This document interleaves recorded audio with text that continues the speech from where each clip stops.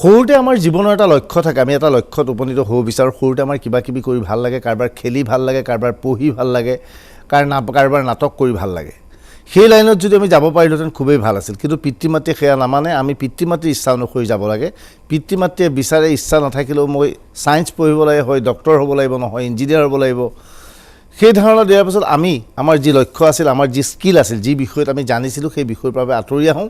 আৰু হয়তো তাৰ মাজেৰে কোনোবাই কিছু শতাংশ লোকে পিতৃ মাতৃয়ে বিচাৰ ধৰে সেই চাকৰিত অনিচ্ছা সত্ত্বেও কাম কৰিবলগীয়া হয়, আৰু অধিকাংশই লক্ষ্যস্থানৰ পৰা পথভ্ৰষ্ট হৈ বেলেগ যাবলগীয়া হয়। মূলতঃ ইয়াৰ বাবে হ'ল আমাৰ শিক্ষা ব্যৱস্থা। দেশৰ যি শিক্ষা ব্যৱস্থা 1986 চনৰ শিক্ষা ব্যৱস্থা, শিক্ষা যি প্ৰণালী, শিক্ষাৰ যি নীতি, সেই শিক্ষাৰ নীতিক আজি প্ৰধানমন্ত্ৰী মোদীৰ অধ্যক্ষতাত কেবিনেটে সলনি কৰিছে। নতুন শিক্ষানীতি ঘোষণা কৰা হৈছে, আৰু শিক্ষা মন্ত্ৰালয় ইমান দিনে মানৱ সম্পদ মন্ত্ৰণালয়ৰ অধীনত আছিল বা মানৱ সম্পদ মন্ত্ৰণালয় বুলি কৈছিল, কিন্তু এতিয়াৰ পৰা ইয়াক কোৱা হ'ব শিক্ষা মন্ত্ৰণালয়। এই অনুষ্ঠান যিসকল অভিভাৱকে চাই আছে, যিসকল ছাত্ৰ ছাত্ৰীয়ে চাই আছে, যিসকল শিক্ষাৰ সৈতে জড়িত, শিক্ষাৰ সৈতে প্ৰায় প্ৰতিজনেই জড়িত, কণমানি ল'ৰাটোৰ অভিভাৱকৰ পৰা আৰম্ভ কৰি কলেজৰ ল'ৰাটোৰ অভিভাৱকলৈকে সকলোৱে এই অনুষ্ঠান ভালকৈ চাব। এই অনুষ্ঠানত আমি দেখুৱাম নতুন শিক্ষানীতি। আপুনি শিক্ষানীতি নতুনকৈ বুজি লোৱাটো প্ৰয়োজন হ'ব। তাৰ ফলত ছাত্ৰ ছাত্ৰীসকলে যথেষ্ট ৰেহাই পাব আৰু অভিভাৱকসকলেও ৰেহাই পাব। আমি দেখুৱাম সেয়া কিছু সময়ৰ পিছত। কিন্তু তাৰ আগতে আজিৰ দিনটো এটা গৰম খবৰ, উত্তপ্ত খবৰ। সেই খবৰটো হৈছে অভিনেতা সুশান্ত সিং ৰাজপুতক লৈ। সুশান্ত সিং ৰাজপুতৰ আত্মহত্যাক লৈ মুম্বাই আৰক্ষীয়ে তদন্ত কৰি আছিল, কিন্তু মুম্বাই আৰক্ষীৰ যি তদন্তৰ প্ৰক্ৰিয়া, সেই প্ৰক্ৰিয়া সঠিক নাছিল নেকি? অৱশেষত সুশান্ত সিং ৰাজপুতৰ পিতৃয়ে পাটনাত এটা গোচৰ ৰুজু কৰিছে, আৰু গোচৰ ৰুজু কৰিছে আন কাৰোৰ বিৰুদ্ধে নহয়, সুশান্ত সিং ৰাজপুতৰ প্ৰেয়সী ৰিয়া চক্ৰৱৰ্তীৰ বিৰুদ্ধে। এতিয়া সমগ্ৰ বিষয়টো আপুনি ভালকৈ অধ্যয়ন কৰক, যে গম পাওক, জানিব যে পিতৃৰ যদি অভিযোগ সত্য হয় তেনেহ'লে এটা কথা স্পষ্ট হ'ব, আচলতে সুশান্ত সিং ৰাজপুতক মানসিকভাৱে বিকাৰগ্ৰস্ত বুলি সজাবলৈ প্ৰেয়সী ৰিয়াই চেষ্টা চলাইছিল নেকি?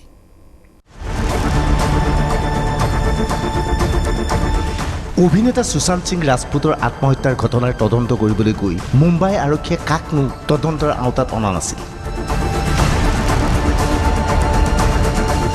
কেতিয়াবা মহেশ ভাট, কেতিয়াবা সঞ্জয় লীলা পাঞ্চালী, আৰু কেতিয়াবা ধৰ্ম প্ৰডাকশ্যনৰ CEO সোধপোছ কৰিছিল মুম্বাই আৰক্ষীয়ে। মুম্বাই আৰক্ষীয়ে মূলতঃ বলিউডৰ একাংশ তাৰকাৰ তথা একাংশ পৰিচালকৰ ভূমিকাৰ বাবেই সুশান্তই আত্মহত্যা কৰিছিল বুলি ধাৰণা কৰি তদন্তৰ গতি আগবঢ়াই আছিল। মুম্বাই আৰক্ষীৰ তদন্তৰ গতি হঠাৎ ইউটাৰ্ণ লয় পাটনাত। হঠাৎ মঙলবাৰে পাটনাৰ আৰক্ষী থানাত এটা গোচৰ ৰুজু কৰে সুশান্ত সিং ৰাজপুতৰ পিতৃয়ে।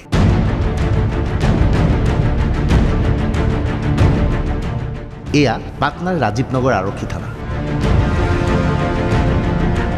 এইবাৰ FIR এই কপিটোলৈ মন কৰক। হিন্দী ভাষাত সুশান্তৰ পিতৃয়ে সমগ্ৰ ঘটনাৰ বিতং তদন্ত বিচাৰি এটা গোচৰ ৰুজু কৰিছে। এই FIR পঢ়াৰ পিছত সকলো হতবাক হৈ পৰিছে। সুশান্ত সিং ৰাজপুতৰ পিতৃয়ে সুশান্তৰ আত্মহত্যাৰ বাবে সন্দেহৰ আঙুলি টোৱাইছে ৰিয়া চক্ৰৱৰ্তী। এয়া ৰিয়া, সুশান্তৰ প্ৰেমিকা। আচলতে মৃত্যুৰ সময়তো সুশান্তৰ প্ৰেমিকা আছিল নে নাই তাক লৈ প্ৰশ্ন আছে। ৰিয়া টেলিভিছন ধাৰাবাহিকৰ অভিনেত্ৰী আছিল। পৰৱৰ্তী সময়ত 2-এখন ছবি পাইছিল। সুশান্তৰ জীৱনলৈ আহিছিল ৰিয়া। দুয়োৱে পৰৱৰ্তী সময়ত বিয়া পতাৰ কথাও আছিল। কিন্তু এতিয়া সমগ্ৰ ঘটনাৰ বাবে খলনায়িকা হৈ পৰিছে ৰিয়া চক্ৰৱৰ্তী। আন কোনেও নকলে সুশান্ত সিং ৰাজপুতৰ পিতৃয়ে খলনায়িকা সজাব ওলাইছে ৰিয়া। আচলতে ৰিয়া আৰু সুশান্তৰ মাজত প্ৰেম চলি থকা অৱস্থাতেই হঠাৎ ৰিয়া ঘনিষ্ঠ হৈ পৰে পৰিচালক মহেশ ভাটৰ সৈতে। মহেশ ভাটৰ সৈতে এনেদৰে অন্তৰংগ আলোকচিত্ৰ ওলাইছিল ৰিয়া চক্ৰৱৰ্তী। লগে লগে বলিউডত যথেষ্ট চাঞ্চল্যৰ সৃষ্টি হৈছিল। সেইখিনি সময়ত ইয়াৰ স্পষ্টীকৰণ দি মহেশ ভাটে কৈছিল ৰিয়া তেওঁৰ কন্যাৰ দৰে। কিন্তু এই আলোকচিত্ৰসমূহে প্ৰশ্ন কৰে, এয়া পিতা আৰু কন্যাৰ আলোকচিত্ৰনে, নে এয়া প্ৰেমিক প্ৰেমিকাৰ আলোকচিত্ৰ? অভিযোগ মতে ৰিয়াই নিজৰ কেৰিয়াৰ গঢ়ি তুলিবলৈ মহেশ ভাটৰ কাষ চপিছিল, হয়তো যাৰ পৰিণতিত সুশান্ত সিং ৰাজপুত আৰু মহেশ ভাটৰ সংঘাত হৈছিল। এনেবোৰ কাৰণেতেই মহেশ ভাটক সোধপোছ কৰিছিল মুম্বাই আৰক্ষীয়ে। কিন্তু এইখিনি সময়তেই সুশান্ত সিং ৰাজপুতৰ পিতৃৰ অভিযোগে চাঞ্চল্যৰ সৃষ্টি কৰিছে। সুশান্তৰ পিতৃৰ প্ৰথম অভিযোগ, ৰিয়াই কেৰিয়াৰ বনাবলৈ সুশান্তৰ বিৰুদ্ধে ষড়যন্ত্ৰ কৰিছিল। সুশান্তৰ ধন আত্মসাৎ কৰিছিল ৰিয়া চক্ৰৱৰ্তীয়ে। সুশান্তৰ পিতৃৰ দ্বিতীয় অভিযোগ, ৰিয়াই সুশান্তক পৰিয়ালৰ সৈতে যোগাযোগ কৰিবলৈ দিয়া নাছিল। সুশান্ত যিটো ফ্লেটত আছিল সেই ফ্লেটত ভূত প্ৰেত আছে বুলি ৰিয়াই সুশান্তক কৈছিল,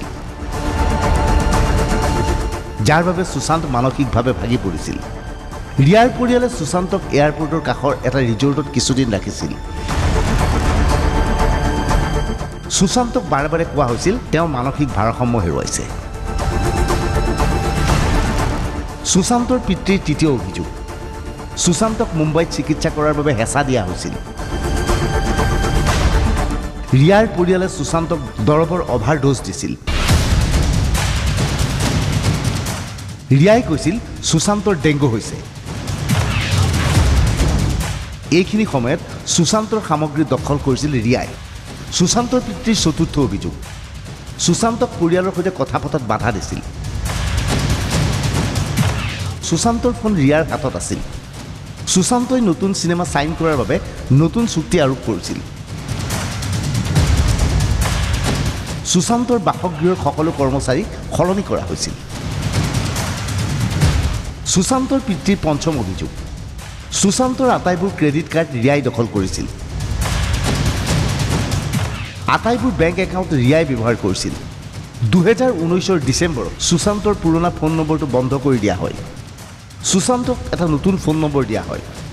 সুশান্তই কেতিয়াবাহে দেউতাকৰ সৈতে কথা পাতিবলৈ সুযোগ পাইছিল। সুশান্তৰ পিতৃৰ ষষ্ঠ অভিযোগ,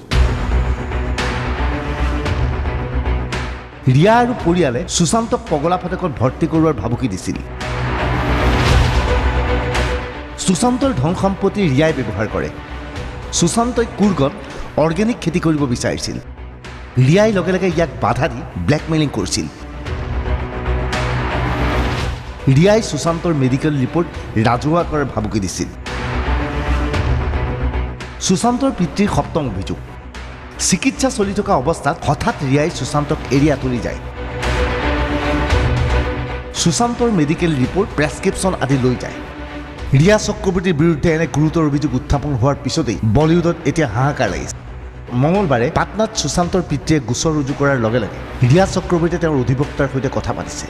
ৰিয়া এতিয়া নিজৰ বাসগৃহৰ পৰা পলাই ফুৰিছে। ইতিমধ্যে পাটনাৰ পৰা মুম্বাইত উপস্থিত হৈছে বিহাৰ আৰক্ষীৰ 4জনীয়া দল এটা। এই দলটোৱে ৰিয়া চক্ৰৱৰ্তীক সোধপোছ কৰিব বিচাৰিছে। মুম্বাই আৰক্ষীৰ সৈতেও যোগাযোগ কৰিছে। पटना में एफआईआर दर्ज इसलिए की गई कि part of cause of action Patna में भी था। जो सुसाइड, किसी का जो एबेटमेंट ऑफ सुसाइड जो एक ऑफेंस होता है ना, वो एक ऐसा गंभीर ऑफेंस होता है जिसमें कि एक आदमी की मानसिक स्थिति पे काम किया जाता है, उसका मेंटल कंट्रोल किया जाता है। मेंटल कंट्रोल करने के लिए जो पहला जो इन्होंने जो अटेम्प्ट किया, जो क्राइम का पहला इंग्रेडिएंट है कि परिवार को अलग कर दिया। पिता को बात नहीं करने देती थी। पटना से जब फोन करते थे तो बात नहीं करने देती थी।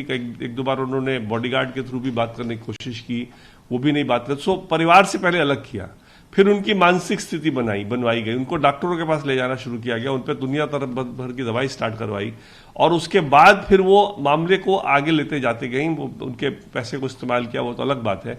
उसके बाद जो है वो जब उनको लगा लास्ट में कि मेरे काम के नहीं है, जब उसने कहा कि मैं ऑर्गेनिक फार्मिंग करूंगा, कूर्ग में जाके जमीन वगैरह भी देखने लगा।